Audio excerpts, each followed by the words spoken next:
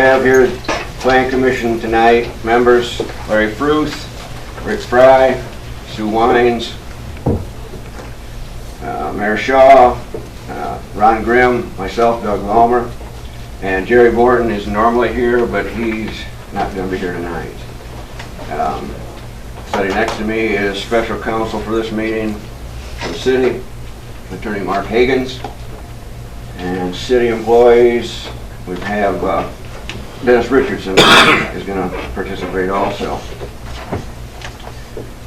The subject of this hearing is the PUD application that was submitted by Tim Dennis on the 28th of April. The status of that application, this is the first step in going on from that point for this initial public hearing to get information. The Plan Commission will gather the information, and we are required, I think, within 45 days to give a recommendation, or not so much, to council, and I believe that would make that date June the 12th. The Plan Commission must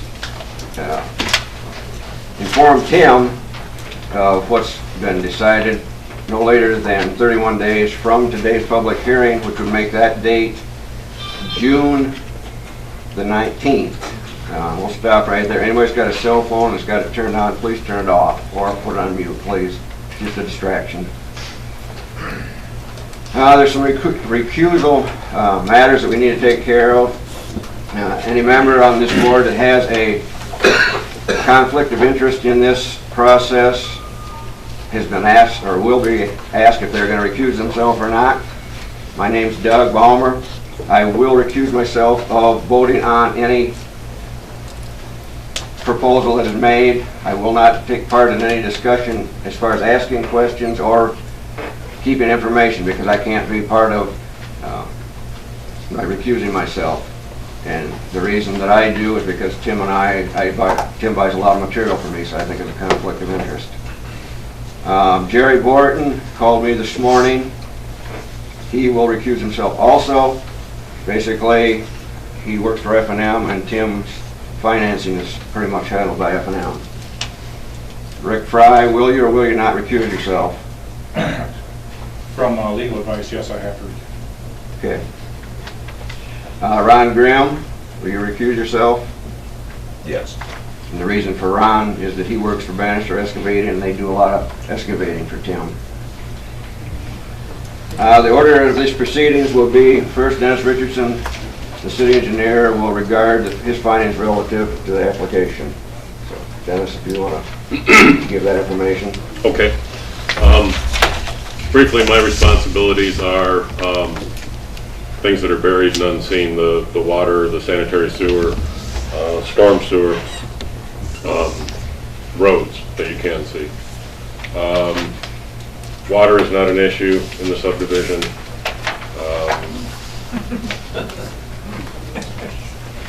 As far as supply is concerned, hydrant was at the end of West Drive was flow tested at over 1,000 gallons per minute, I understand.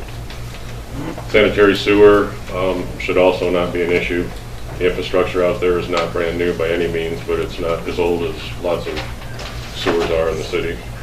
And while there have been some issues here and there, spotty issues, they are not constant issues, nothing we can't deal with there.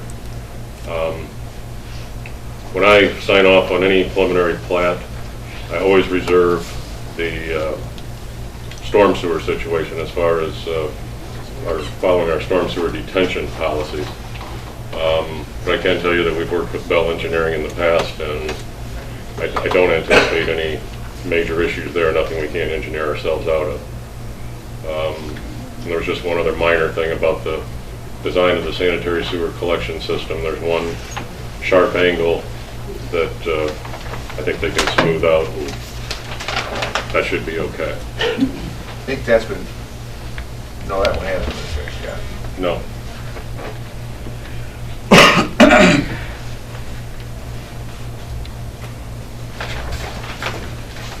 Take care of it then.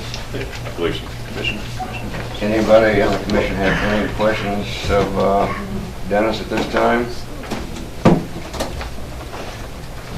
It's able to ask. Dennis, the upgrades that you were talking about, or the tests that you did, were specific to this plat. Does that also include your assessment of the existing West Drive infrastructure leading to the Correct. PUD? Okay. Correct.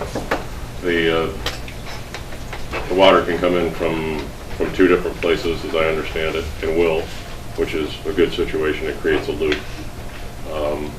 The sanitary sewer, it's the main line on West Drive going out to Oddie Street, and that's pretty good sewer. And it's sufficient to handle the Yes. additional. Thank you. If you needed retention, is there room for detention back here, the way as planned? There is a detention pond shown on the drawing. At this point, we don't have calculations and all those kinds of things to do a final assessment on that, but Bell Engineering is aware of our stormwater detention policies. They have designed those facilities in town before, so I assume that can be worked out. Do you know when that will be available? Well, much of that's going to depend on whether or not, or what shape this takes form. Because the amount of stormwater, that's not the right way to say it. The amount of rain that comes down, comes down. You don't change the amount of stormwater that you receive. But the impervious surfaces, like the streets and the rooftops, that used to be bare ground, that's the water you're dealing with, so it's more of a timing issue, holding back the water that otherwise would have soaked into the ground so that it doesn't move on down the line quicker than it otherwise would have before development. Okay. Anything else for Dennis? Okay, next on the agenda would be the applicant, Tim Dennis, or his representatives or engineers. Any information that they would like to share with the commission. I have some packets I handed out. Larry, I'll get you that one.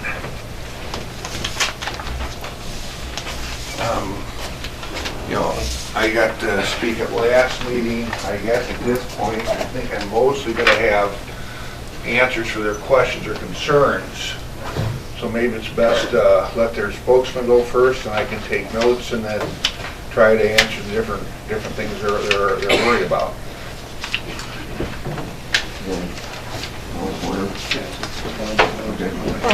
Tim, the packet of information that you gave us, can you briefly tell us what it is that you've given us? And Sure. we just got this. First page are projections for Amontillado. I've taken our demographic data from Oakville Village. I expect our demographic at Oakville Village and Amontillado to be fairly identical. So I'm taking the number of incomes at Oakville Village and extrapolating that into Amontillado. So for example, I would predict there'd be like 59 adults living there, about 40 kids. Household income would come to $1.4 to $1.5 million. Projected annual average income around $41,000. City income tax revenue about $21,500.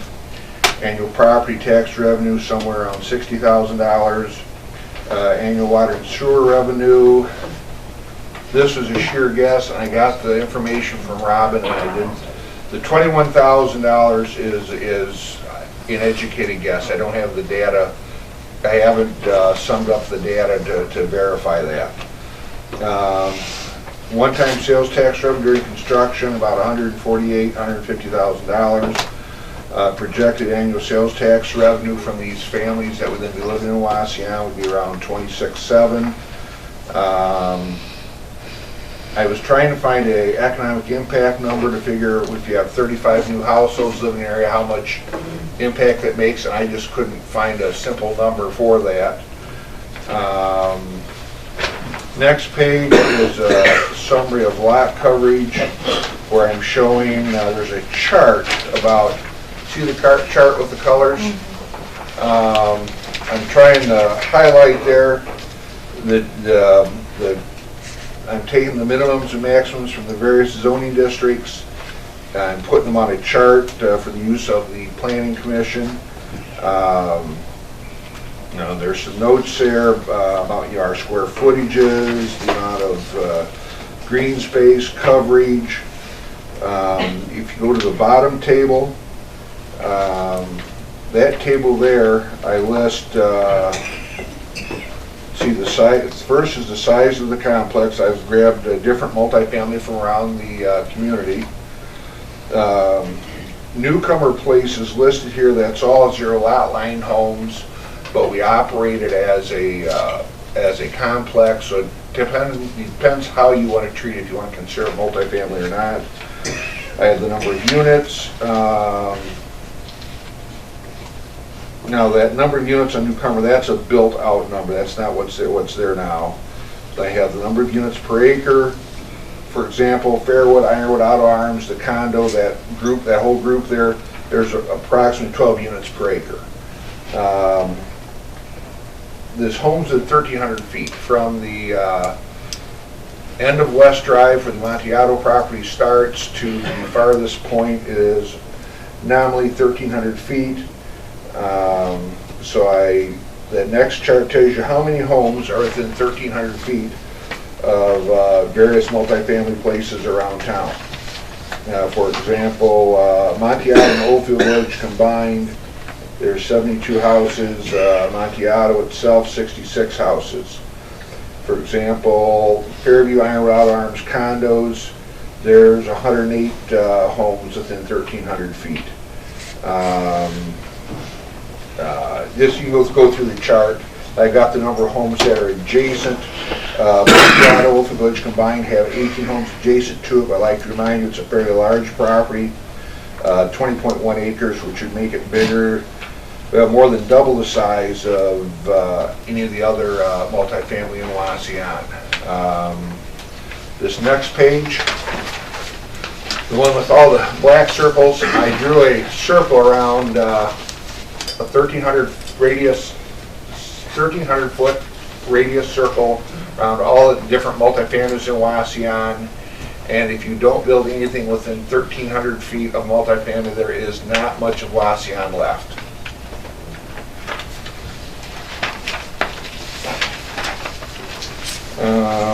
Haven Heights, Pat West, home value analysis. I went through the auditor's tax records. If you go down underneath, I've got the detail. So if you want to check my figures, this is stuff I pulled off the county, off the auditor's website. If you go through, let's see, that first table at the top, it is probably the one that's most accurate to use is sales from 2010 to 2013. 8 sales, that's nominally an eighth of the houses there. I'd say that's, it's large enough to call it a sample. The auditor's appraised values on those homes was $1,019,000. Actual sale price was $976,500. The actual sale price was about 4.2% below the auditor's numbers. If you go down the next table, highest home value using the auditor's appraisal is $206,700. Lowest value home is $90,800. The average home value at Haven Heights is $127,427. Median home value $125,500. If you apply the if you apply that 4.2%, that the auditor's estimates are above what actual sales were, your highest home in Haven Heights is $198,021. The lowest valued home $86,987. Average $122. Median home $120. And I go on, like if you want to apply just those last two, in the last year there were 2 sales that were 28% below auditor's value. 2 homes is too small. You can't really call that a sample. It's too small.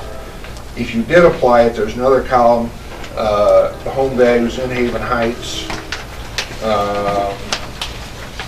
On the back 2 pages, I have a part of the first 2 pages of Federalist Paper number 10. Something that's not in the packets I assembled later in the day. I was trying to demonstrate the need for apartments in Waseon, and why this is important, that this project is important to the community.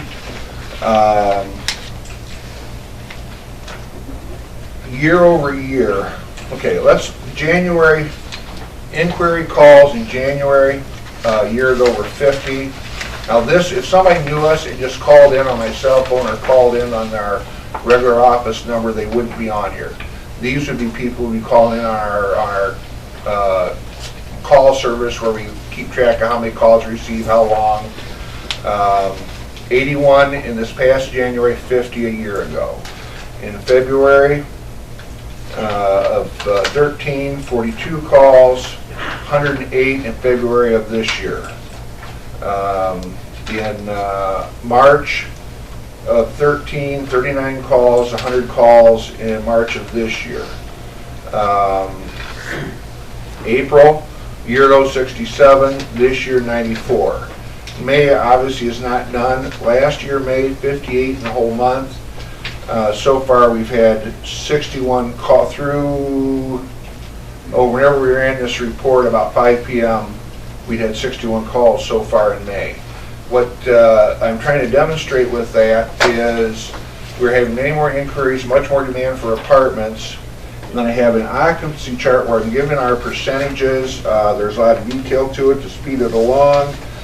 The 3-month trailing average in apartments, we were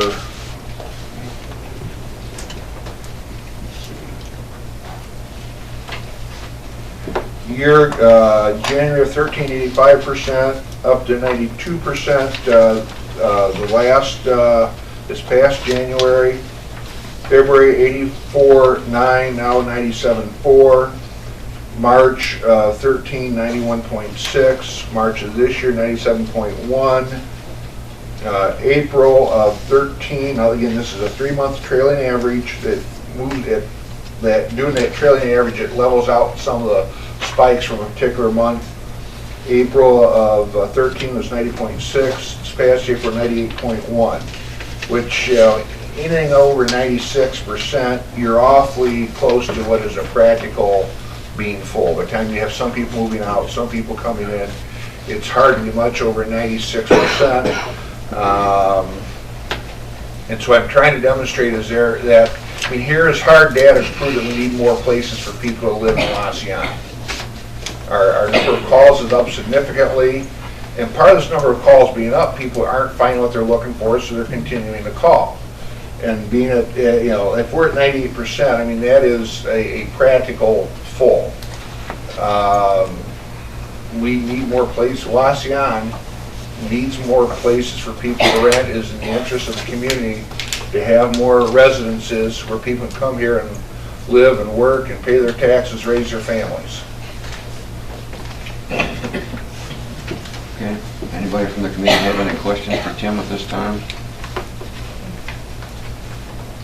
Yeah, I think as a point of order, that was a response to Ms. Wine's question. Okay. Any questions? Any other presentations from the city officials? I don't think we do. Presentations from the members of the public. Before we start, could we hear from his application, Part J, the statement on how the proposed amendment relates to the comprehensive plan?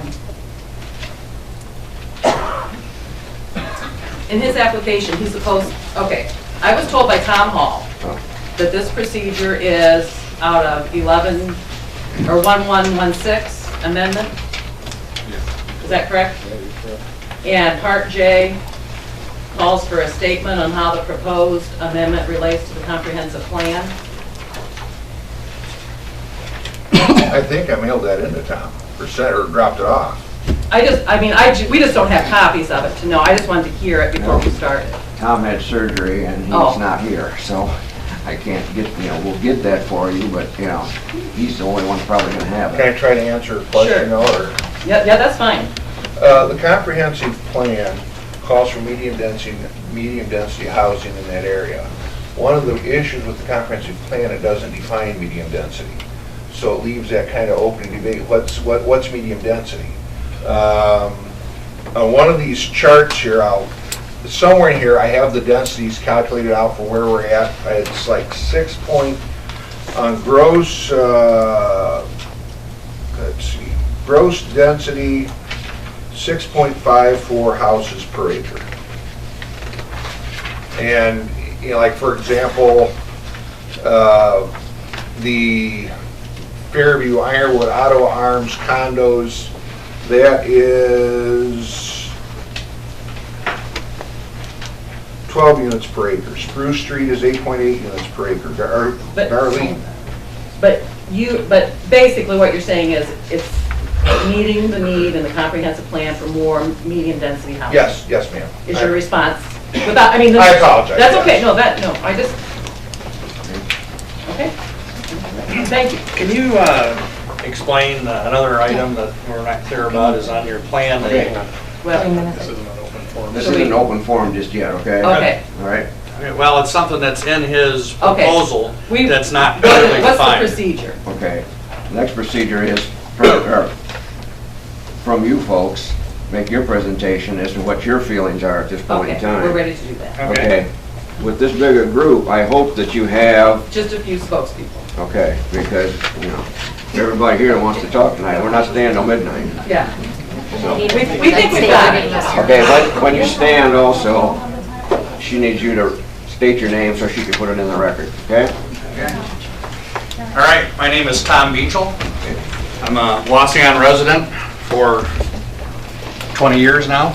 My wife and I moved our family here in 1994.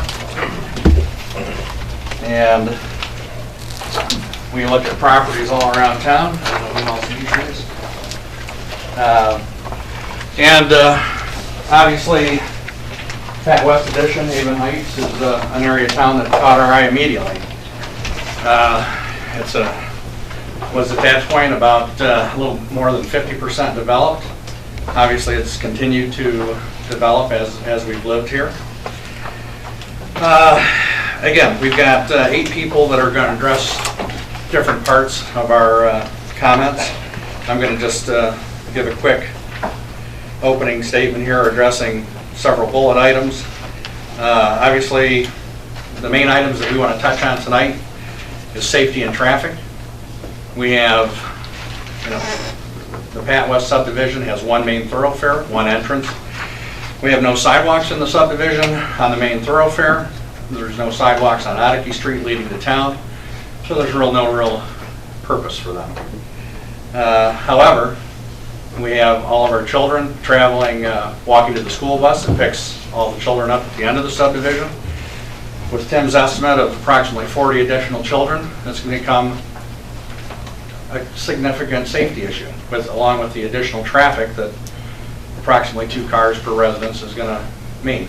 Our current subdivision is very evenly distributed in population density, and the proposed increase is 60% of the current total number of residences that will all be located at the very end of West Drive, meaning that instead of, I live dead center in the subdivision, and we have very little traffic that passes us. Obviously, there's busy times of day, and unfortunately, the busy times of day for automobile traffic are also the busy times of day for pedestrian traffic.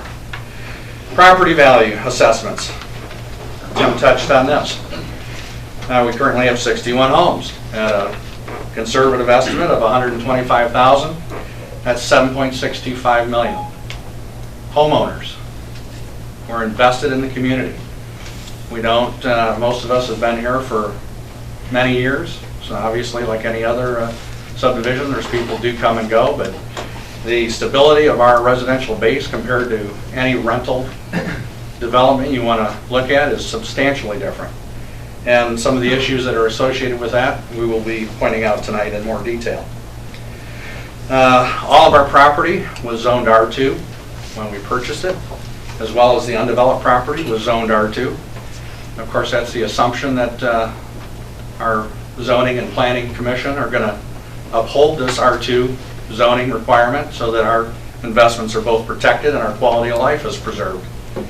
You know, the higher density, again, we're gonna point out some issues from the safety, crime aspects that are associated with higher density housing, not to mention the visual characteristics, the character of our neighborhood. All things that are clearly spelled out in the comprehensive plan and your city ordinances, the regulations and for purpose and standards of a PUD. Again, we touched on the quality of life, neighborhood stability, major issues. Major issues. We have Barney Oldfield right next to us. The contrast cannot be any different. I mean, any more clear to see. I mean, you drive through Pat West right now, and it's a very, very nice, peaceful neighborhood. You drive through Barney Oldfield, the properties are newer properties. Tim does a decent job of maintaining them, but the density, I mean, the visual is nowhere close to compatible with what we currently have in our subdivision.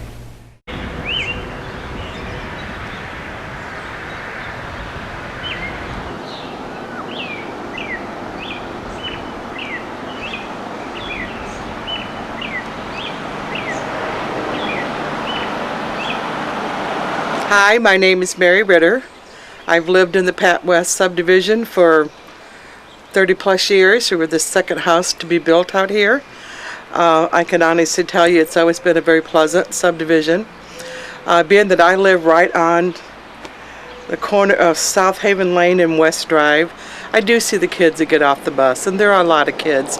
And they do have to walk in the middle of the street because we don't have sidewalks. So the safety for these kids will be compromised. What kind of problems do you think creating more traffic back here would cause? One of the biggest issues is safety. I mean, that's our biggest concern. We have a lot of small children, young families that are in our neighborhood now, and a lot of them play, you know, on each of the cul-de-sacs and that, and having more traffic and building up another 60% more would generate definitely a problem in safety. So that's one of our biggest concerns is the safety, and especially on West Drive. And the kids walk from their homes to the bus stop at the entrance to the subdivision, and with that many people coming and going to and from work and everything up and down West Road, that's going to make it dangerous for all the kids, both that live in the current homes and those that will be new in the apartment complex. It would be dangerous for them going to and from school.